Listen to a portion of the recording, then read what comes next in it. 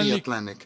istikrar ve refahına katkılarımız sürerken en batıdaki We are trying to Asyalı provide olarak to the da security and yeniden stability and the welfare of the Asya European girişimiyle continent bu in every kıtada extent possible. aynı amaçla And we are çalışıyoruz. the Son Asian dönemde on the western coast küresel of Europe. düzeydeki And sorunların we are ağırlaşan leading certain yansımalarıyla initiatives such karşı as karşıya Asia bulunan again Afrika in order to ülkeleriyle become much more dayanışmamızı proactive. güçlendirecek adımları da birbiri ardına We are trying hayata to geçiriyoruz. establish closer contacts and kapsamda solidarity with the African countries as a result of the recent 16-18 global Aralık initiatives that we have taken 2021 up. tarihlerinde Within that framework, Afrikalı between dostlarımızın 16th and geniş 18th of katılımıyla December 2021, with the large participation of our Türkiye-Afrika African friends, we ortaklık have managed to zirvesini hold the third gerçekleştirdik. Turkey and Türkiye, Africa Partnership kıtanın Summit barış, in Istanbul. kalkınma ve refah yolculuğuna Turkey eşit is bir always ortak olarak showcasing its eşlik commitment etme to iradesini her the fırsatta African journey for göstermektedir. stability, for Latin development, Amerika'yla and da for welfare karşılıklı as an equal saygı temelinde partner. güçlenen And our işbirliğimizi cooperation with Latin ikili America is planda getting ve stronger bölgesel based on mutual teşkilatlarda respect. kurumsal düzeyde artırmaya And we are devam going to etme be kararlılığında. institutionally investing in our Uluslararası efforts sistemin çeşitli to krizlerle become sarsıldığı bu much dönemde more proactive in insanlığı Latin bekleyen America. en We büyük are being tehlikelerden shaken birinin by de several challenges birlikte that we yaşama encounter. iradesinin And kaybedilmesi we olduğunu believe that the biggest threat özellikle we have vurgulamak at istiyorum. hand is the loss of will to coexist together. Irkçı, And that's something that I would like ayrımcı, to underline. yabancı ve İslam düşmanı tutumlarda We are son deeply yıllarda concerned yaşanan of the artışlardan skyrocketing derin endişe duyuyoruz. Bu levels of kürsüden xenophobia, Yeni Zelanda'da of Müslümanlara discrimination, karşı of gerçekleştirilen Islamophobia, and of terör racism. saldırısının yıl dönümü olan And 15 Mart tarihinin we had İslamofobi launched an ile appeal over İslam this düşmanlığıyla platform to call that mücadelede March 15th uluslararası will gün be olarak called ilan a day edilmesi for fight çağrısında against bulunmuştur. Islamophobia Day Önce as a İslam result İşbirliği of the attack Teşkilatı'nda, that took place against sonra the da Muslims in New Birleşmiş Milletler Zealand. Genel And we Kurulu'nda would like alınan to underline kararlarla that appeal bu again. çağrımız hala First, within geçerli. the OIC and within the Uluslararası General toplum, Assembly of the İslam United Nations, we düşmanlığıyla have taken certain mücadeledeki decisions kararlılığının in order for bir that day to be nişanesi olarak declared as a fight against gördüğümüz bu yaklaşımın Islamophobia Day. fiiliyata da We hope and pray yansımasını that it will be canı a gönülden possibility. We arzu hope and ediyoruz. pray that this day Daha will be önce de declared as a day defalarca to vurguladığım fight gibi Islamophobia. İslam düşmanlığını da As I have previously tıpkı stated, antisemitizm Islamophobia gibi is equal bir to insanlık suçu anti-Semitism olarak and görüyoruz. it is a crime Bu against düşüncelerle humanity. Genel And with Kurul'un these thoughts, I hope and pray 77. that the toplantısının 77th of the General insanlığın Assembly of the United umut Nations ve will be beklentilerine able to accomplish cevap the teşkil targets edecek which will respond başarılara to the imza expectations and atacak the şekilde aspirations of the verimli entire geçmesini human diliyorum. race. Hepinizi I hope and pray şahsım that you ve will milletim stay in adına health bir and kez stay daha in peace. I would sevgiyle, like to salute you all with saygıyla love and selamlıyorum. respect on behalf Kalın of my sağlıcakla. personal self and on behalf of my nation. Thank you.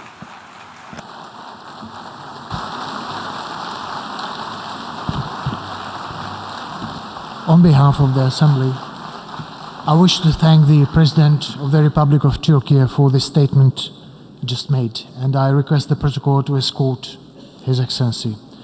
Before proceeding, may I kindly ask delegations to remember that the time limits allotted for a national intervention is 15 minutes. Delegations will be highly appreciated to stick to these time limits.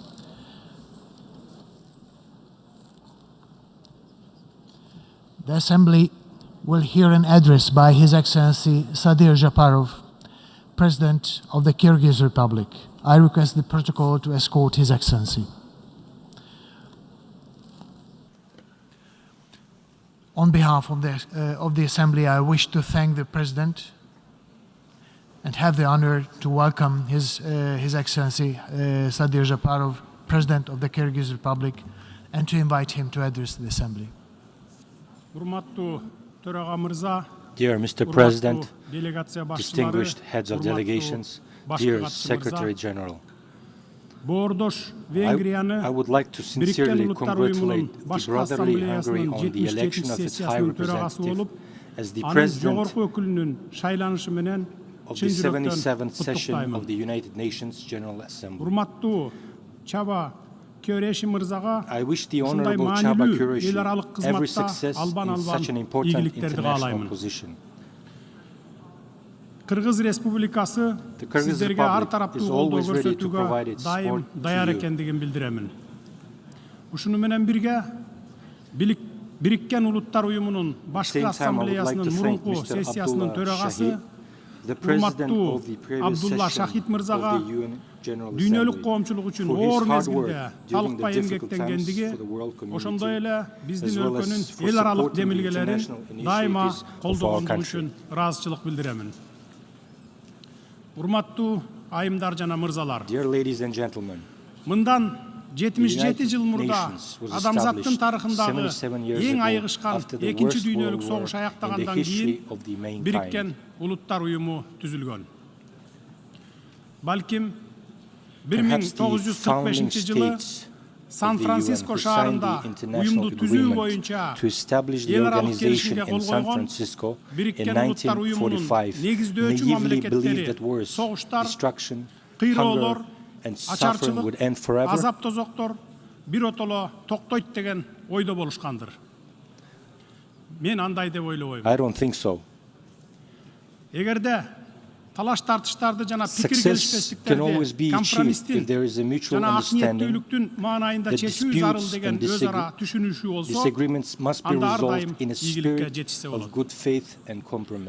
Албетте, Бириккен Улуттар Уюмунун тарыхында көптөгөн маанилүү жеңиштер жана ийгиликтер болду.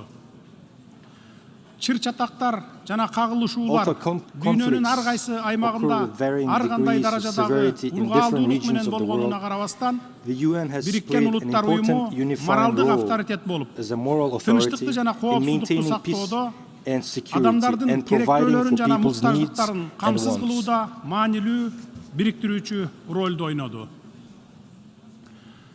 Тынчтыкта жашоонун фундаменталдуу негиздери бузулат жана чоң согуш болушу мүмкүн деген коркунучтардан улам дүйнөлүк коомчулукта чыңсыздануу пайда болуп, дүйнөдөгү геосаясий кырдаал болуп көрбөгөндөй татаалдашкан шартта эл аралык тынчтыкты жана коопсуздукту сактоо, ушул максатты көздөп тынчтыкка каршы коркунучтарды болтурбоо жана жоюу, агрессияны же тынчтыкты бузган башка аракеттерди токтотуу боюнча натыйжалуу жамааттык чараларды көрүү, эл аралык талаш тартыштарды же тынчтыкты бузушу мүмкүн болгон кырдаалдарды адилеттүүлүктүн жана эл аралык укуктун принциптерине ылайык тынчтык жолу менен жөнгө салуу же чечүү, элдердин тең укуктуулук жана өзүн таануу принцибин урматтоонун негизинде улуттар арасында достук мамилелерди өнүктүрүү деп Бириккен Улуттар Уюмунун уставында жазылган бийик максаттарды жана милдеттерди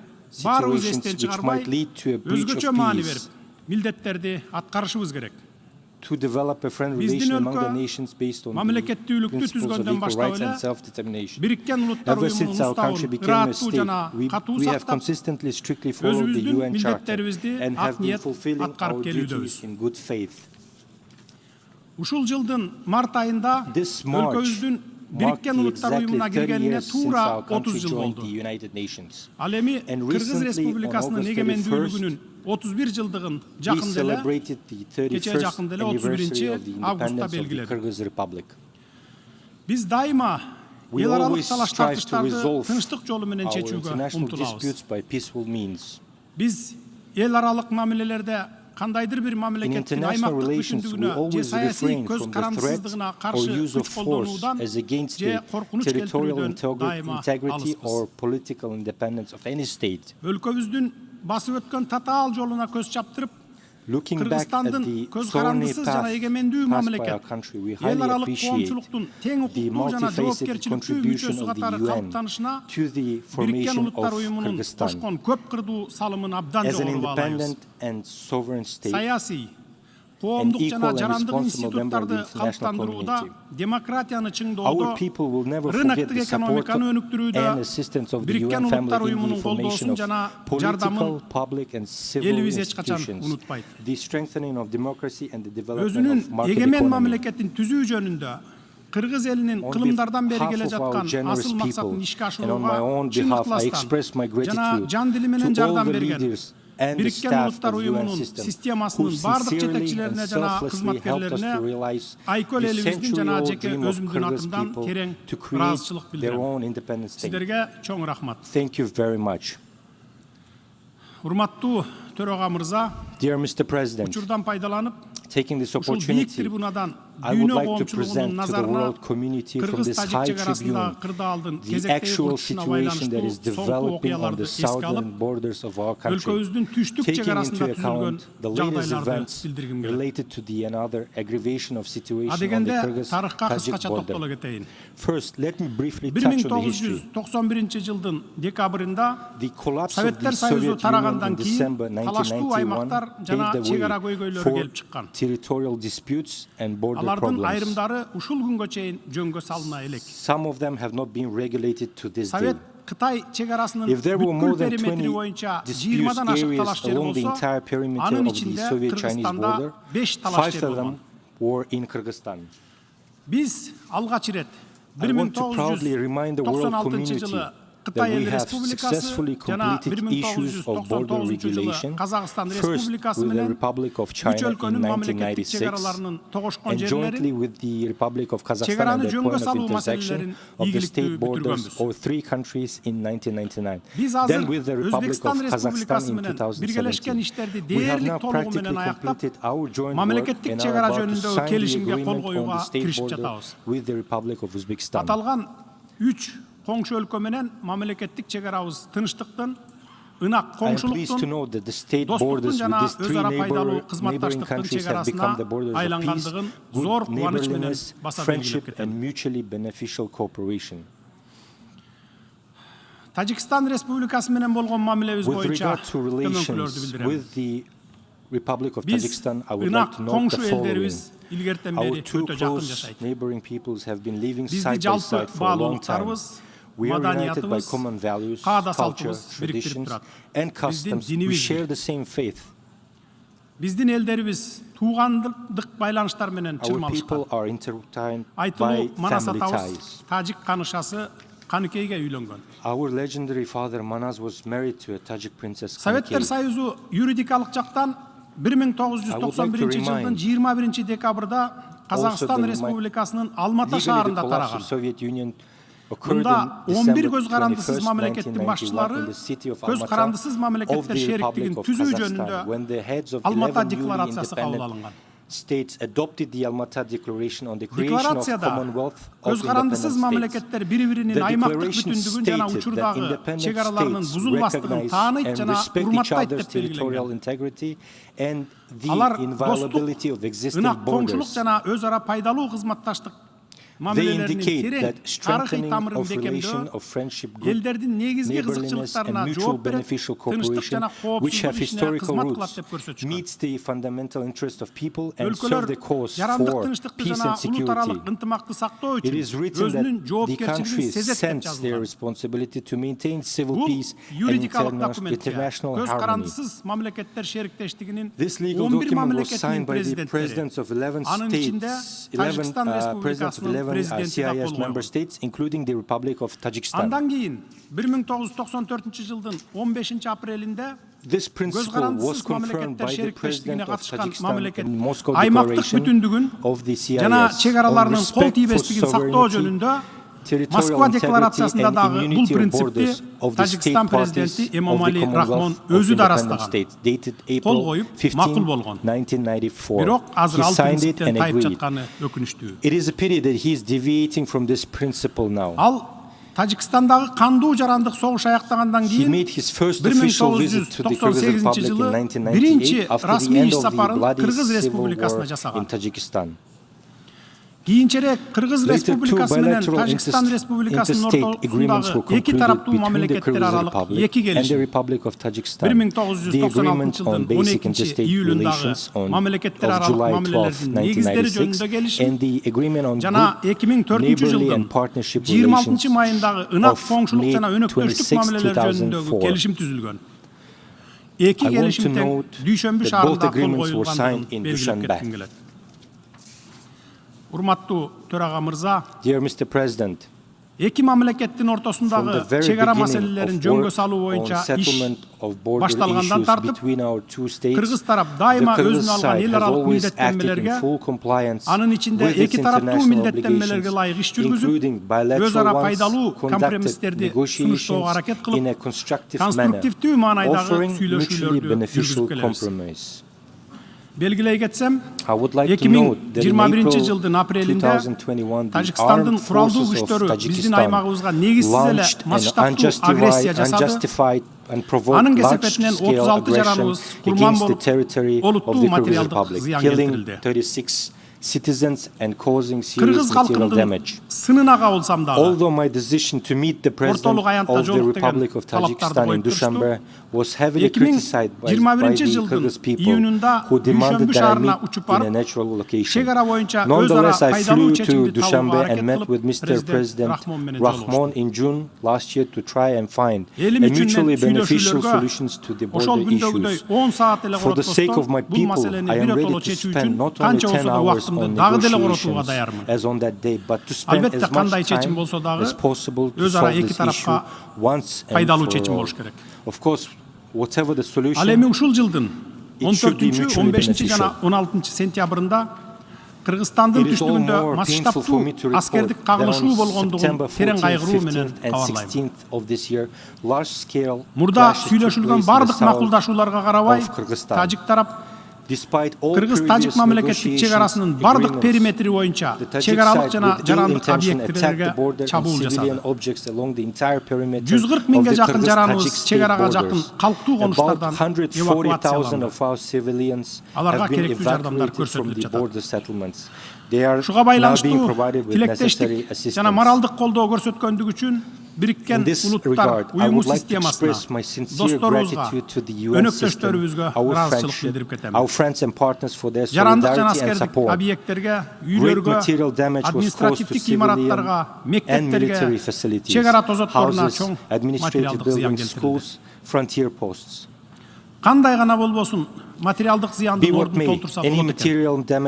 Бирок өз өмүрүн аябастан мекен үчүн согушуп, курман болгон биздин ер жүрөк жоокерлерибиздин, аттоого кабылган жарандарыбыздын ордун толтура албайт экенсиң. Биз каарман жоокерлерибиздин эрдиктерин эч качан унутпайбыз.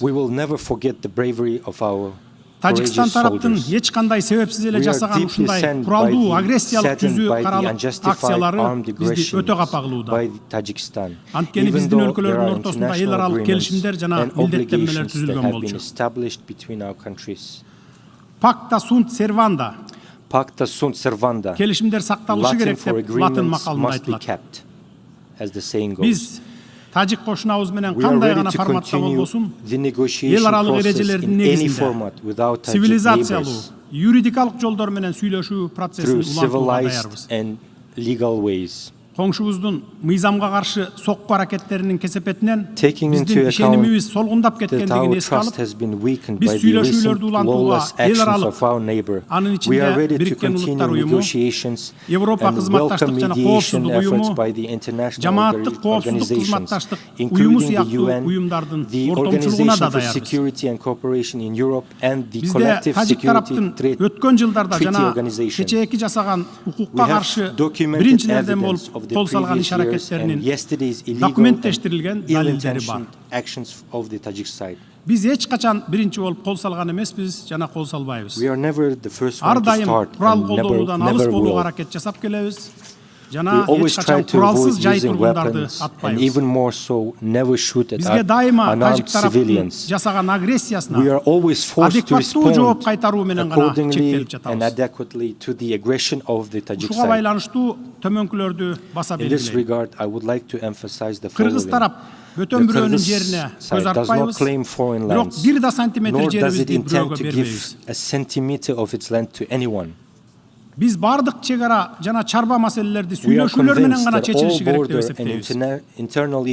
Бүгүнкү чек арага жакын райондордо коопсуздукту жана туруктуулукту камсыздоо боюнча кечиктирилгис чараларды көрүү, жергиликтүү калк арасында чыңалууну күчөтүүгө багытталган ар кандай аракеттерге бөгөт коюу, эки мамлекеттин ортосундагы ишенимди бекемдөө маселелери абдан маанилүү болуп турат. Ошондуктан биз сүйлөшүүлөргө чек ара тилкелерибизди тез арада такташып бүтүүгө дайындайбыз. Урматтуу төрага мырза, жалпы Бириккен Улуттар уюмунун проблематикасына токтолуп төмөнкүлөрдү белгилегим келет. This year, as half of the implementation period of the UN Sustainable Development Goals until 2030 has passed, and we can now objectively look at the real situation we have at hand. The adoption of the SDGs in 2015 under the motto "Leave no one behind" was a bright example of the constructive negotiation capacity of the world community in the interests of all of us and subsequent generations. Meanwhile, it has already become obvious that due to objective circumstances, including due to the coronavirus pandemic, the implementation of the Sustainable Development Goals in developing countries, including our country, has slowed down. And without adequate international funding, many of them may not even achieve the critical indicators of the SDGs.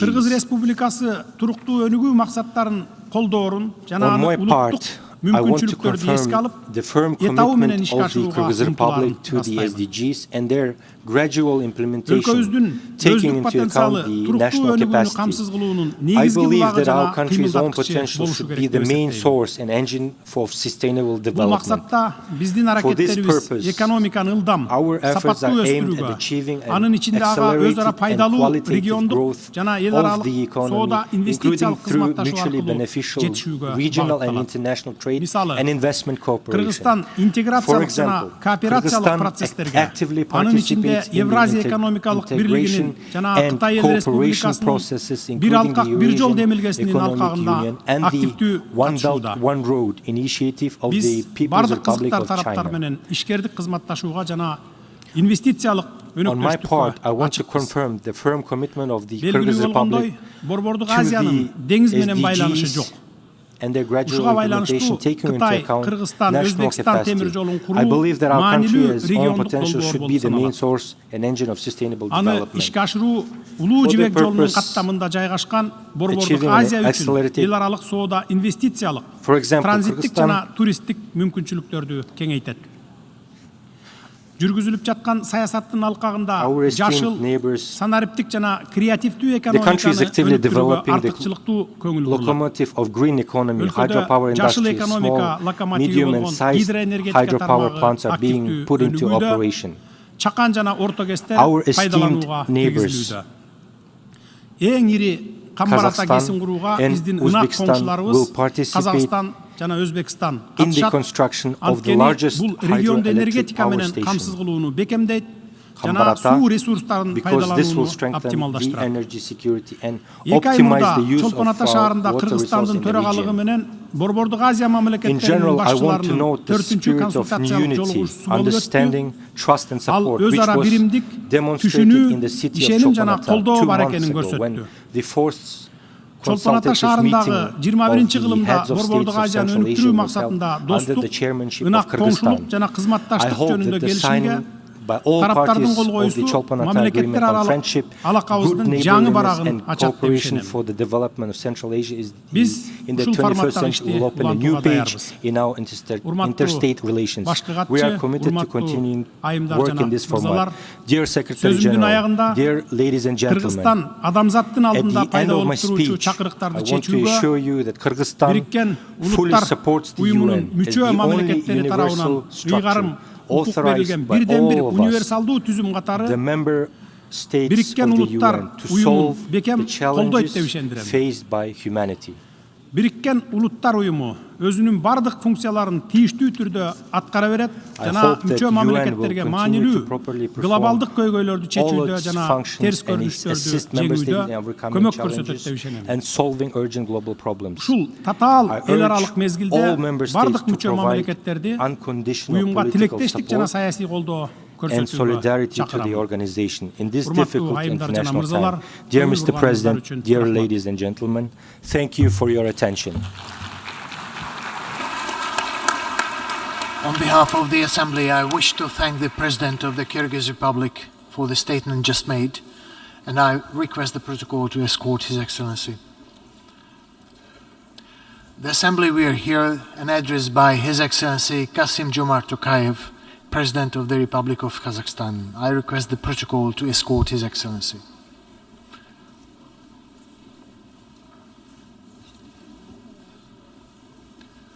On behalf of the General Assembly, I have the honor to welcome His Excellency Kassym-Jomart Tokayev, President of the Republic of Kazakhstan, and to invite him to address the Assembly.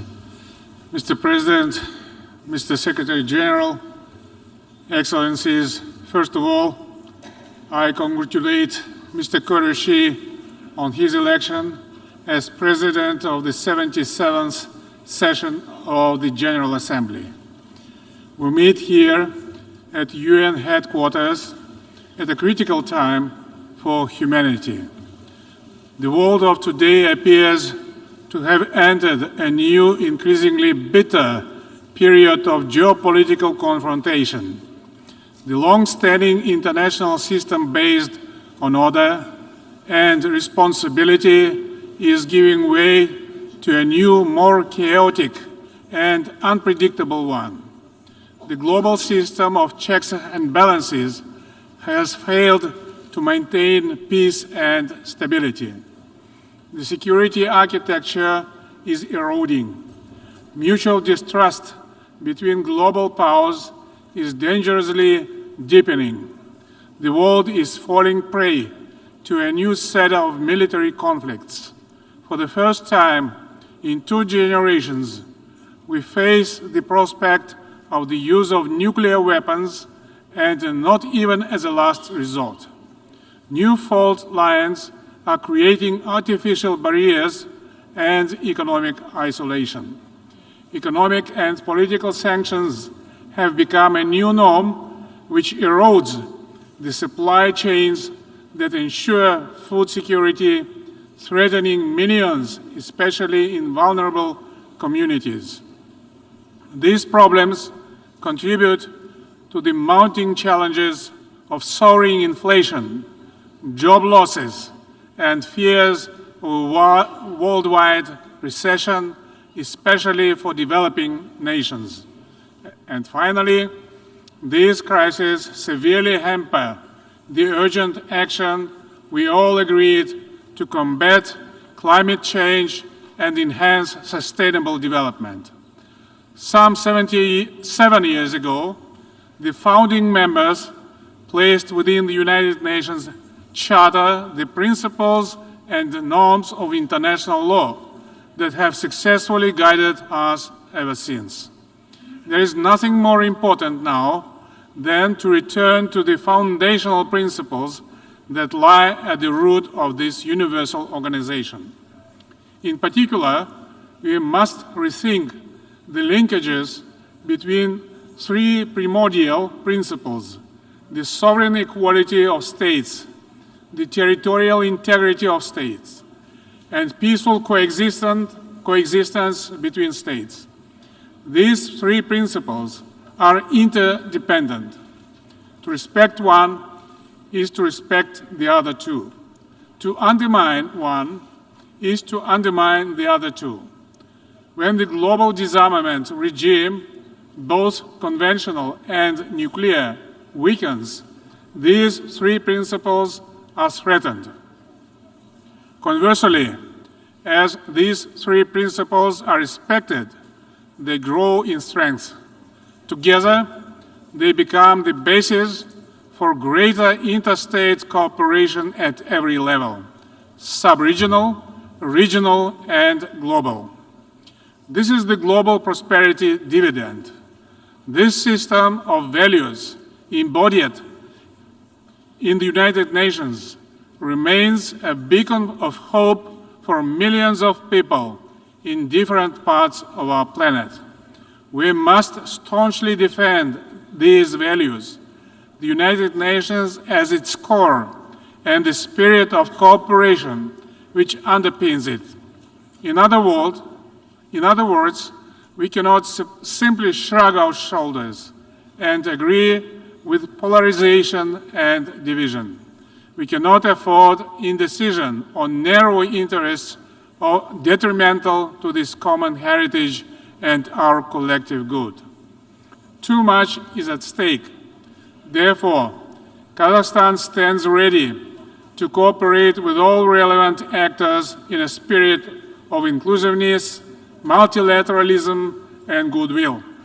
I am convinced that the challenges of our time can only be overcome by countries acting together. To achieve our shared goals, we must go forward in the following directions. The multiple and often interconnected crises of recent years have exposed significant gaps in global governance. They have highlighted the need to modernize and reform the United Nations. The UN must be better prepared for future challenges and opportunities. In this respect, Kazakhstan welcomed the proposals in the report of the Secretary General entitled Our Common Agenda. This is an important opportunity to reaffirm the Charter of the United Nations, reinvigorate multilateralism, boost implementation of existing commitments, agree on concrete solutions to new challenges, and restore trust among member states. We look forward to contributing to the consultations at the ministerial meeting next year and to the holding of the 2024 Summit of the Future. We must move from simply responding to global challenges and crises to preventing and better predicting emerging trends and integrating our assessments into strategic planning and policy making. For this very purpose, Kazakhstan proposed 30 years ago the idea of convening the Conference on Interaction and Confidence-Building Measures in Asia. In the context of new challenges and threats, we hope to transform SICA into full-fledged international organization at the upcoming summit in October in Astana to contribute to global mediation and peacemaking. With only 8 years until 2030, the Sustainable Development Goals are hampered by the COVID-19 pandemic, a triple planetary crisis, it means climate change, biodiversity loss and pollution, and conflicts around the world. We need to get back on track before it's too late. Our top priority must be build resilience to future turmoil and ensure sustainable, equitable, and inclusive recovery. To this end, we need a frank dialogue between East and West and a new global security paradigm based on the principles of mutual trust and multifaceted cooperation. Given the current crisis and increased geopolitical tensions, there is an acute need for a process under the United Nations auspices that can lead to détente and conflict prevention. Kazakhstan has suffered terribly from past nuclear weapons testing, so we understand very clearly the dangers of escalating tensions between nuclear powers. For this reason, nuclear disarmament has become a key part of Kazakh foreign policy, and we will be continuously struggling for a world free of nuclear arsenals. Despite some progress in this area, unfortunately, the whole record is not that positive. We are alarmed by the increased rivalry and rhetoric of nuclear states. We are also concerned at the lack of progress made by the NPT review conferences. Elaborating new mechanisms to ensure disarmament and non-proliferation is a daunting task ahead. Similarly, the COVID-19 pandemic has highlighted the urgent need to manage and reduce biological risks and dangers. It should be of universal concern that we still rely on the Biological Weapons Convention, now 50 years old, without any effort to create an agency or body for international cooperation. In this context, I would like to reiterate my earlier proposal to to establish an international agency for biological safety. Along with threats to international security, climate change requires greater international cooperation and solidarity as well. Around the world, people are facing existential threats from weather and environmental change. If we are to turn this tide, we need more action, and we need it fast. Many of us have taken bold steps already. In Kazakhstan, we have pledged the total transformation of the oil and coal-dependent energy sector into a net zero economy by 2060.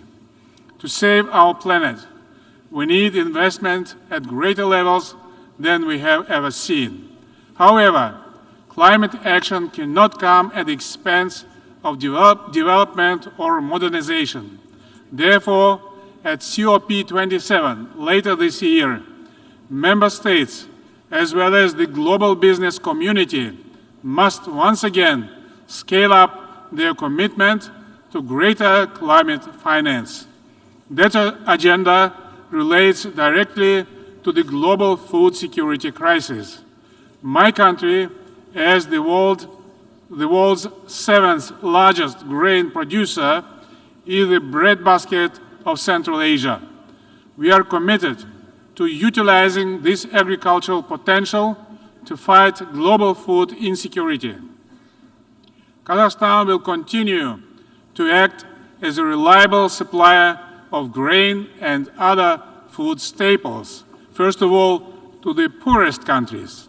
It also intends to grow its cooperation with the Islamic Food Security Organization located in Kazakhstan, as well as other United Nations agencies. It's imperative in this connection to exclude food and fertilizers from any sanctions and restrictions whatsoever. Once again, current economic and social upheavals require a collective effort. Commitment to the 2030 Agenda remains an integral part of our national and global agenda. In addition, fair trade regimes are crucial to global economic recovery. In this context, I would like to commend the constructive decisions coming out of the 12th WTO Ministerial Conference chaired by Kazakhstan. The current geopolitical situation also highlights the importance of a reliable and diversified global transit and transport infrastructure. We are seeing this in our own region. Kazakhstan, the largest landlocked developing country, is becoming a vital Asian land corridor to Europe. The Trans-Caspian International Transport Route, or Middle Corridor, has received a new impetus. We expect cargo volume through Kazakhstan to increase significantly in the years ahead. We must ensure that the Caspian Sea becomes a sea of peace and new opportunities. In the months ahead, Kazakhstan will help mitigate the most immediate impacts of limited access to energy and critical raw materials caused by trade and supply chain disruptions. In the long term, we aim to diversify our sources of energy with a particular focus on green hydrogen and renewables. Speaking about Central Asia, we should bear in mind that it has already become a region of vast opportunities for international cooperation. Together with our Central Asian partners, we are committed to strengthening political interaction and deepening economic ties to move our region forward. We agreed to coexist as good neighbors and diversify our cooperation. This credo is based on our significant natural and agricultural resources, human capital, transport and transit potential. We are a buffer market between East and West, south and north. We intend to work together with all stakeholders to address a pressing regional agenda that includes climate change, the Aral Sea, rational use of water resources, border delimitation, combating extremism, and expanding inter-regional trade. That's why we consider it important to establish the United Nations Regional Center for SDGs for Central Asia and Afghanistan in Almaty. Kazakhstan sees the future Afghanistan as a truly independent, neutral, united, prosperous state living in peace with its neighbors. Therefore, we support the difficult process of nation building in that country, including life-saving humanitarian assistance. Dear colleagues, as President of Kazakhstan, I am absolutely committed to build a just Kazakhstan, one in which every citizen has the same opportunities, rights, and protections. Justice in my country must prevail. Law and order will become pillars of our society. The most important part of this path is transformative political reform. Presidential and parliamentary elections will be held in Kazakhstan over the coming months. According to my proposal, the presidential mandate has been limited to 1 7-year term. It's a real breakthrough in developing democracy in Kazakhstan. At the same time, we will be firmly adhering to my formula of a strong president, authoritative parliament, accountable government. I am convinced this formula excellently serves the national interests of Kazakhstan. We also aim to demonopolize the economy. We are taking steps to ensure that the wealthiest in our society play their part in our quest for a just Kazakhstan, along with diversifying our economy and increasing investments in human capital. Recently, I initiated the creation of a national fund for children. Starting in 2024, 50% of the investment income from the National Welfare Fund will be allocated to special savings accounts for children until their adulthood. These funds could be used for education or housing purposes. A special private charity fund for the people of Kazakhstan also now provides assistance to ordinary citizens for healthcare, education, and social security aims. We aim to further expand the empowerment and participation of women in economic and public life. Comprehensive national transformation is not a simple process, and there will be certainly pitfalls and bumps in the road. But if we are firmly to meet the expectations of Kazakh citizens, we cannot deviate from this strategic path. Over the past 3 years, we have carried out substantial transformations through 4 packages of political reforms. For example, new laws passed by the parliament simplified political parties' registration and reduced the threshold for parties to enter parliament from 7% to 5%. To promote a wider involvement of citizens in governance, there is now a mandatory 30% quota for women and young people in electoral party lists. To make local administration more accountable, local mayors are now directly elected. To foster a more open culture between society and government, we have changed the law on peaceful assembly. Government authorization is no longer required. Following its international commitments on the fundamental right to life and human dignity, Kazakhstan abolished the death penalty. A just Kazakhstan depends on our multi-ethnic and multi-confessional solidarity. The unity in diversity principle will be preserved at all costs. Last week, the 7th Congress of Leaders of World and traditional religions was successfully held in Kazakhstan. The Congress once again highlighted the importance of religious tolerance, dialogue, and mediation. We are ready to build bridges and provide platforms for dialogue wherever needed. Dear friends, this year marks 30 years of Kazakhstan-United Nations partnership.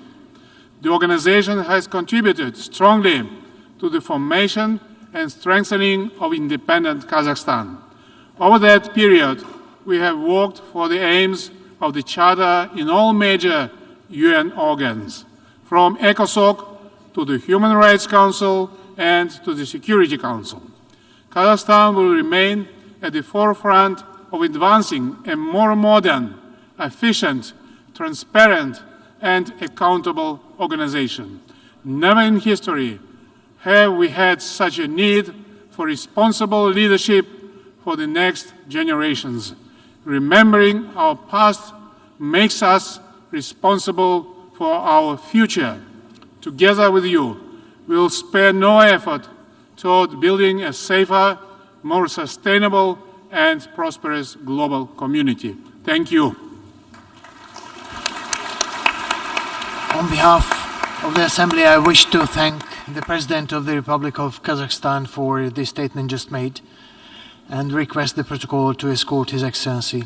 And before proceeding, may I just kindly remind delegations that the agreed time limits for the national interventions are 15 minutes, and you are kindly requested to adhere to this agreement. The Assembly will hear an address by His Highness Sheikh Tamim bin Hamad Al Thani, Emir of the State of Qatar. I request the protocol to escort His Highness.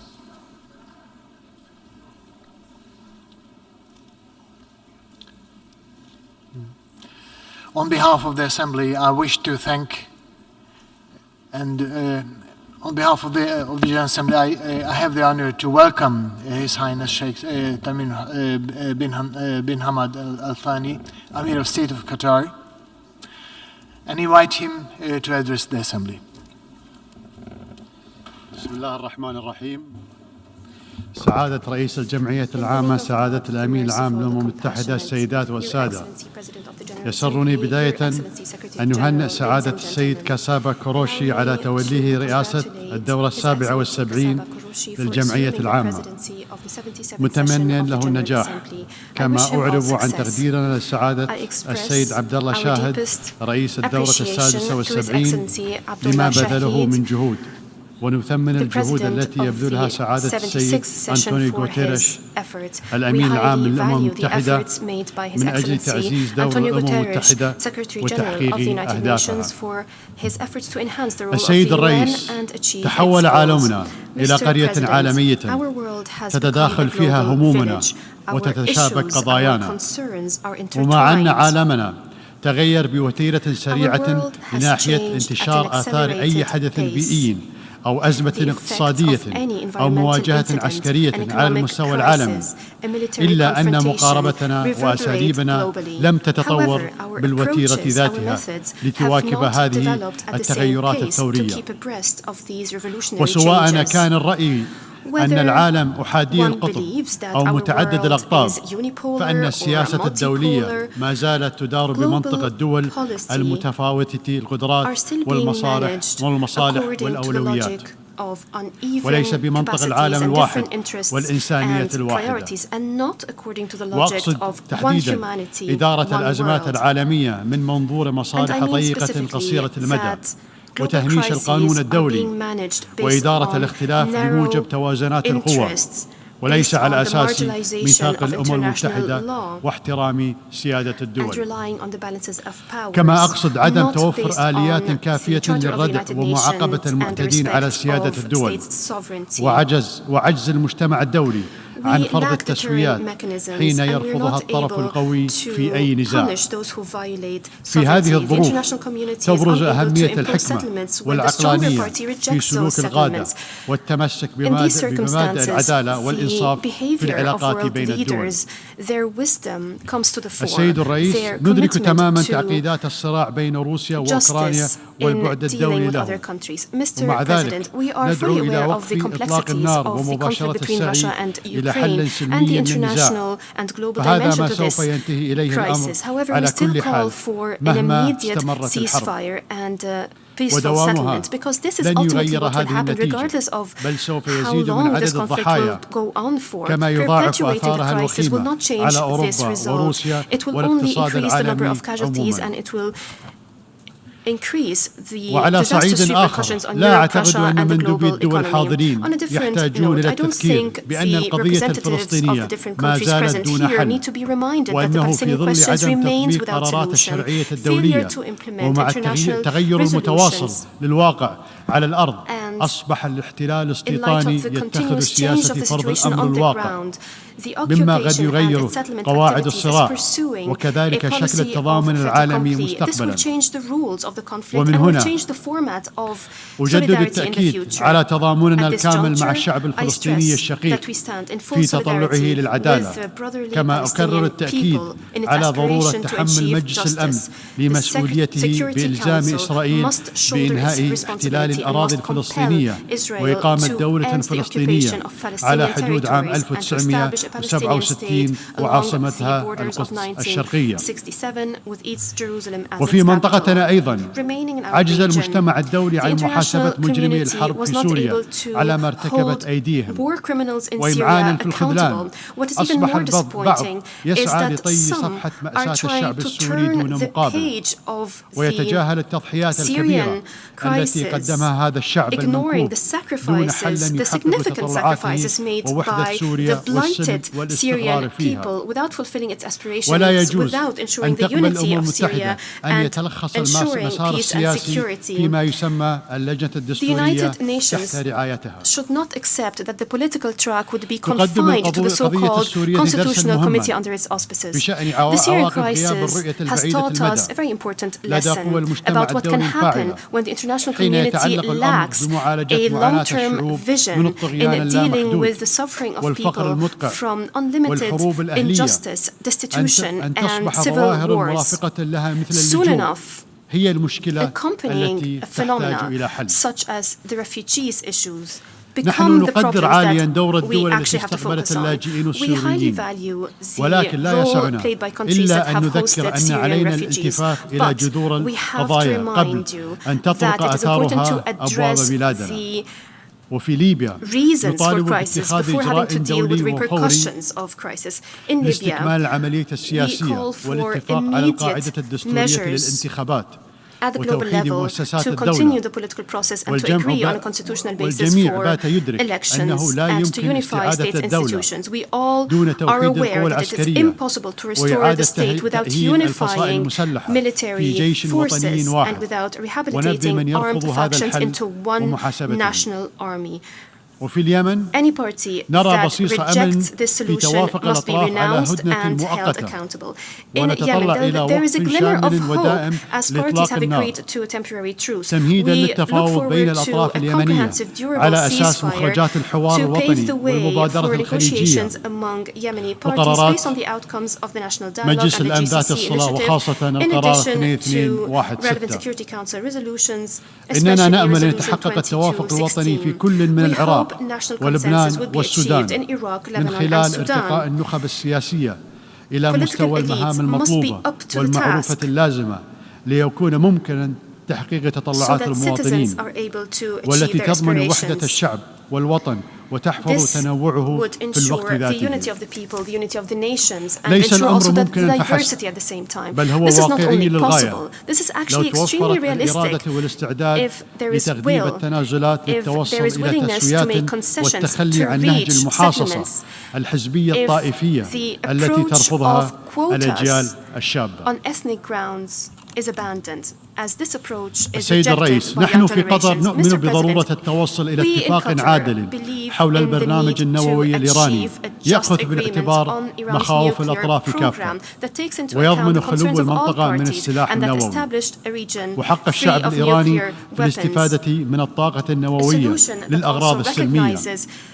ليس لدى أحد بديلا عن مثل هذا الاتفاق وسوف يكون التوصل إليه في صالح أمن واستقرار المنطقة وسيفتح الباب لحوار أوسع على مستوى الإقليمي.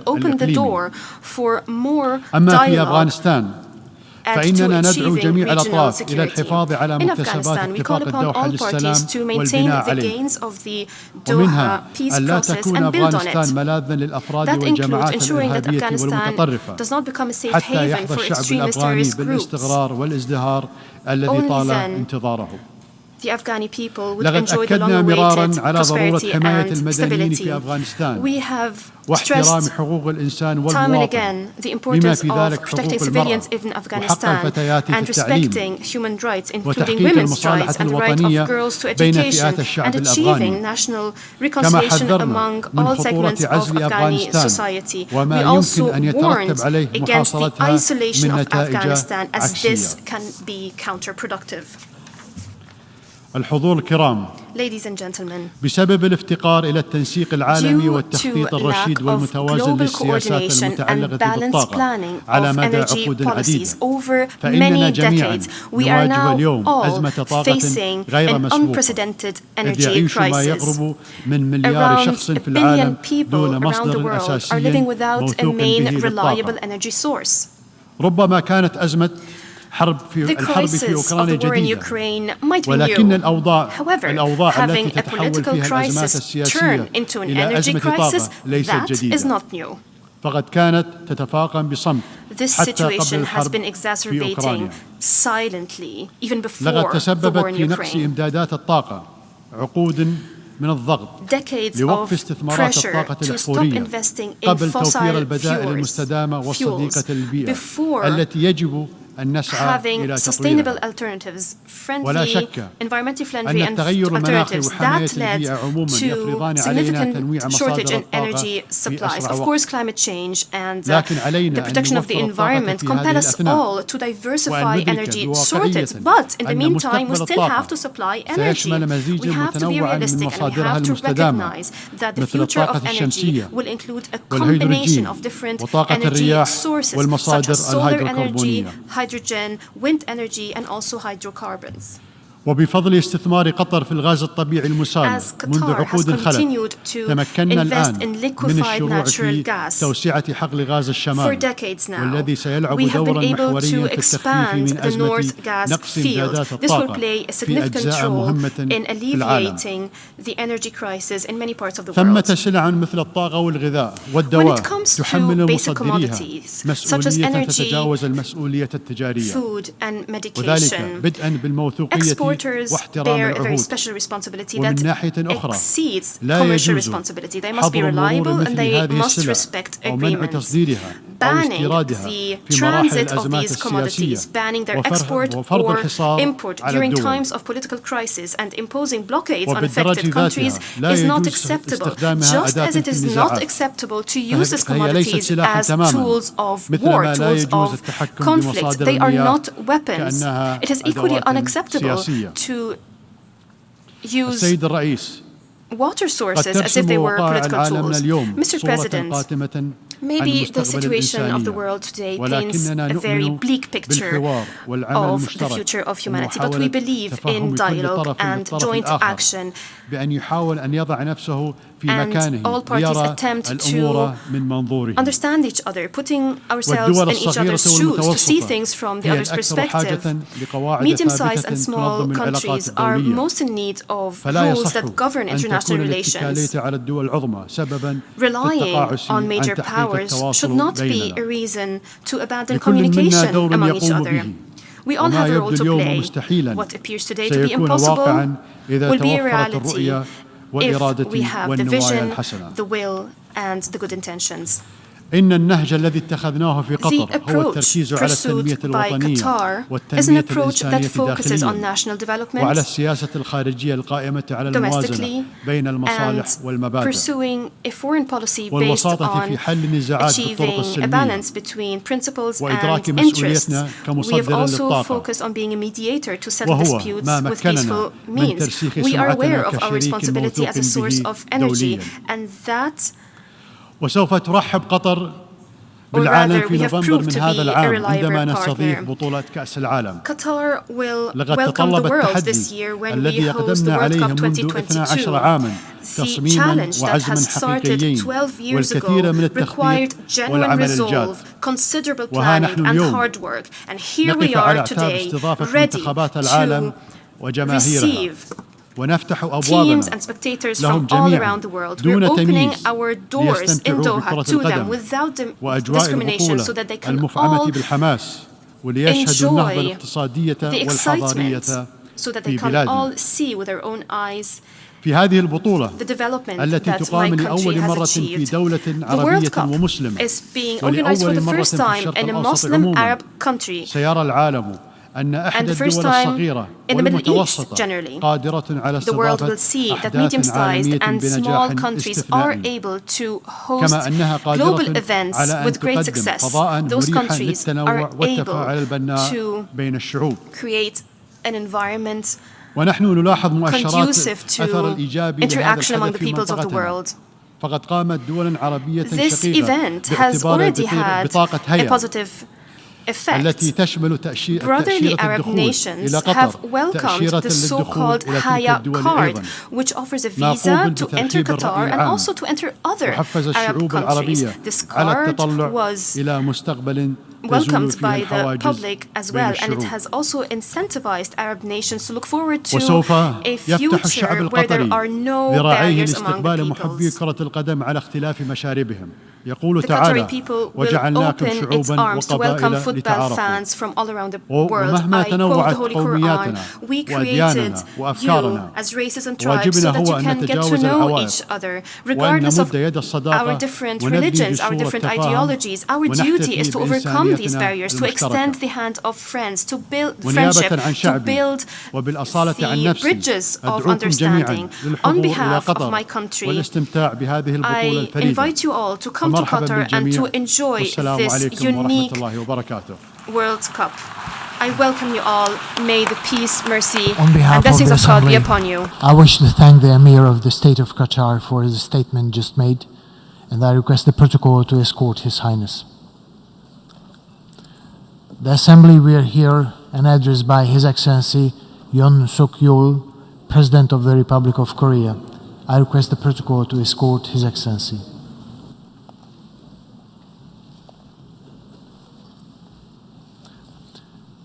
On behalf of the General Assembly, I have the honor to welcome His Excellency Yoon Suk-yeol, President of the Republic of Korea, and to invite him to address the Assembly.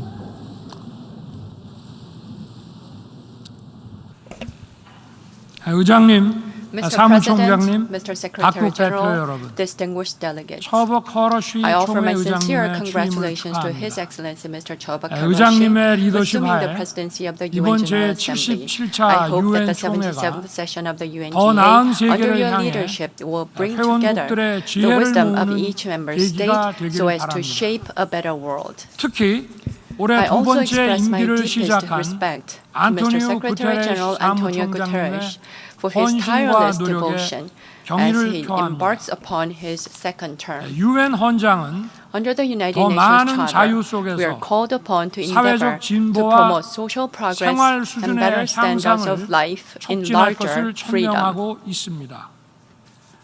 또한 and to 국제 unite 평화와 our strength 안전을 to 유지하기 maintain 위한 international peace 인류의 and 연대를 security. 촉구하고 있습니다.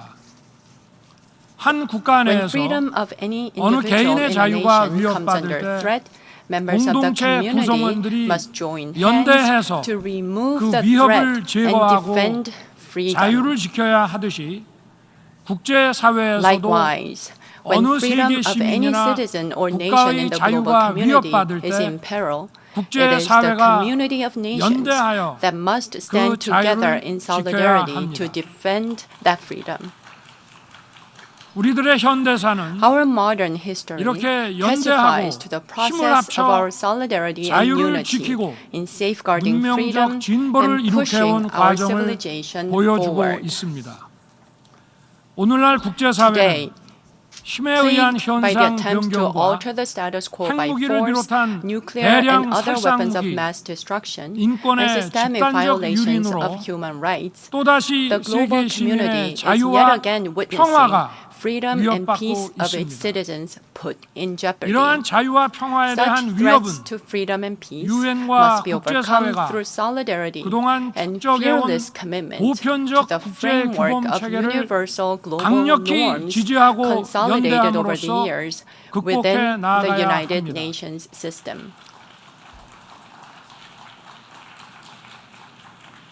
The theme of the UNGA session this year, the watershed moment, encapsulates the gravity of the global crisis confronting us, which underscores the solemn role of the United Nations. The first step in our journey to seek answers that will help us through these turbulent times begins with solidarity and deference to the universally accepted global norms as well as the UN system established over the past decades. Mr. President, Mr. Secretary General, and honorable delegates, as humanity strives to defend freedom and build lasting peace, the UN's role is indispensable. Genuine freedom is not just being free from the shackles, but having opportunities to live life to the fullest with dignity. Genuine peace is not an absence of war, but removing conflict and enmity that hold back shared progress of humanity and building the foundation for greater prosperity of humanity.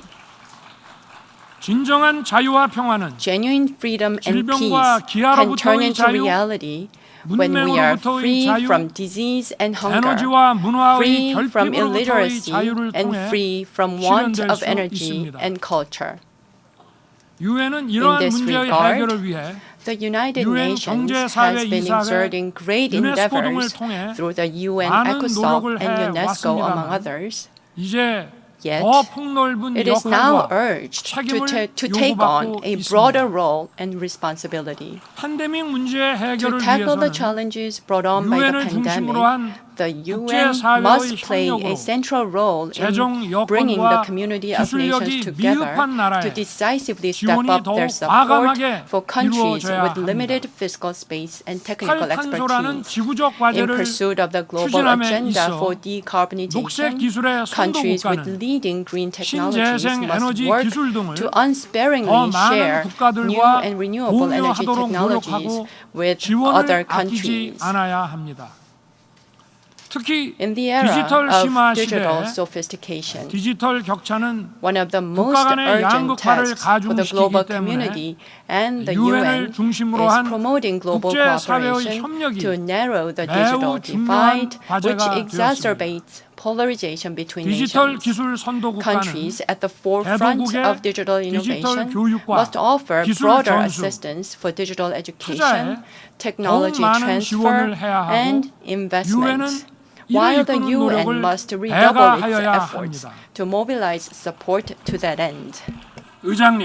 Mr. President, Mr. Secretary General, and distinguished delegates, the Republic of Korea, notwithstanding the recent fiscal consolidation, scaled up support for those who are in need with resources secured through expenditure restructuring. At home, we're offering more assistance to socially vulnerable groups, and abroad, we increase our official development assistance budget. Just as broadening support for the socially disadvantaged groups lays the groundwork for sustainable prosperity, support for nations of the world facing challenges will render global freedom and peace more sustainable. 대한민국은 As a 국제사회의 responsible 책임 있는 member of the 일원으로서 international community, 세계 Korea 시민의 is 자유와 committed to playing its due 국제사회의 responsibility 번영을 and 위해 role for the freedom 책임과 of global 역할을 citizens 다할 and 것입니다. prosperity of the global community. 대한민국은 코로나 치료제와 Korea has 백신의 accelerated 연구 research 개발에 development for 박차를 가하는 COVID-19 동시에 therapeutics and 액트 vaccines, 이니셔티브에 pledging $3억 달러, $300 million toward 세계은행의 the Act A initiative and $30 billion to the Financial Intermediary Fund of the World Bank, among others, thereby expanding its contributions to building a more robust global health architecture. We're also taking part in negotiations to reach a pandemic accord under the World Health Organization. 미래 감염병 To 대응을 ensure a 위한 more effective 글로벌 response to future infectious disease 보건안보 outbreaks, 부상 강요 Korea will host 서울에서 a ministerial 개최할 meeting of the 것입니다. Global Health Security Agenda 아울러 in Seoul 대한민국은 this November. 글로벌 In addition, 감염병 Korea will 대응이라는 remarkably 인류 increase its 공동과제 contribution 해결을 to the Global 적극 Fund, 동참하기 joining 위해 forces with our 글로벌 partners 펀드에 in our 대한 fight 기여를 against infectious 획기적으로 diseases, 확대하기로 including 했습니다. AIDS, tuberculosis, and 기후변화 malaria. 문제에 관해서도 Turning to the issue of climate 대한민국은 change, 그린 Korea will ODA를 scale up 확대하고 its green 개발 ODA, 도상국의 help developing countries 저탄소 에너지 transition to a 전환을 low-carbon 도울 future, 것이며 혁신적 and share 녹색 its 기술을 innovative green 모든 technologies 인류와 with 공유하기 the 위해 entire 노력할 것입니다. humanity. 대한민국은 이미 오래전부터 Over the years, 전자 Korea has 정부 been 디지털 기술을 transferring and 대도국을 sharing its 비롯한 많은 e-government 나라에 digital technology 이전하고 with developing 공유해 countries 왔습니다. and many others. 대한민국은 지금 The Korean 디지털 government 플랫폼 is 정부를 pushing 추진하고 forward 있습니다. with its plan to transform 디지털 itself 기술로 into digital platform government. 민주주의와 It is an 행정 ambitious 서비스, initiative to 그리고 remarkably 복지 upgrade our 서비스를 democracy, public 획기적으로 service, 업그레이드 and 시키는 welfare through 원대한 digital 시도입니다. technology. 앞으로 이러한 디지털 We will 기술과 continue to 데이터를 more widely 더 많이 share our advanced 공유하고 digital technology 지원과 and 교육 data 투자에 and spare no 노력을 effort in 아끼지 providing support 않겠습니다. and in investing in education. Mr. President, 사무총장님, Mr. 각국 Secretary 대표 General, 여러분, distinguished 우리가 delegates, 직면하고 있는 글로벌 as we 위기에 seek 대한 answers to the global 해결책으로 crisis we're UN faced with, 시스템과 the viability of the 보편적 UN 국제 system 규범 체계가 and the universal global 과연 norms 유용한 것인지에 architecture 관해 is now 지금 현재 under 시험대에 올라 test. 있다고 할 수 있습니다. 그러나 우리가 현재 The 직면하고 crisis 있는 이 confronting 위기는 us will only be 자유라는 resolved 보편적 가치를 when we stand 공유하고 firmly in 자유를 solidarity 지키고 확장하기 to share 위해 the universal 함께 value of 노력해야 freedom, 한다는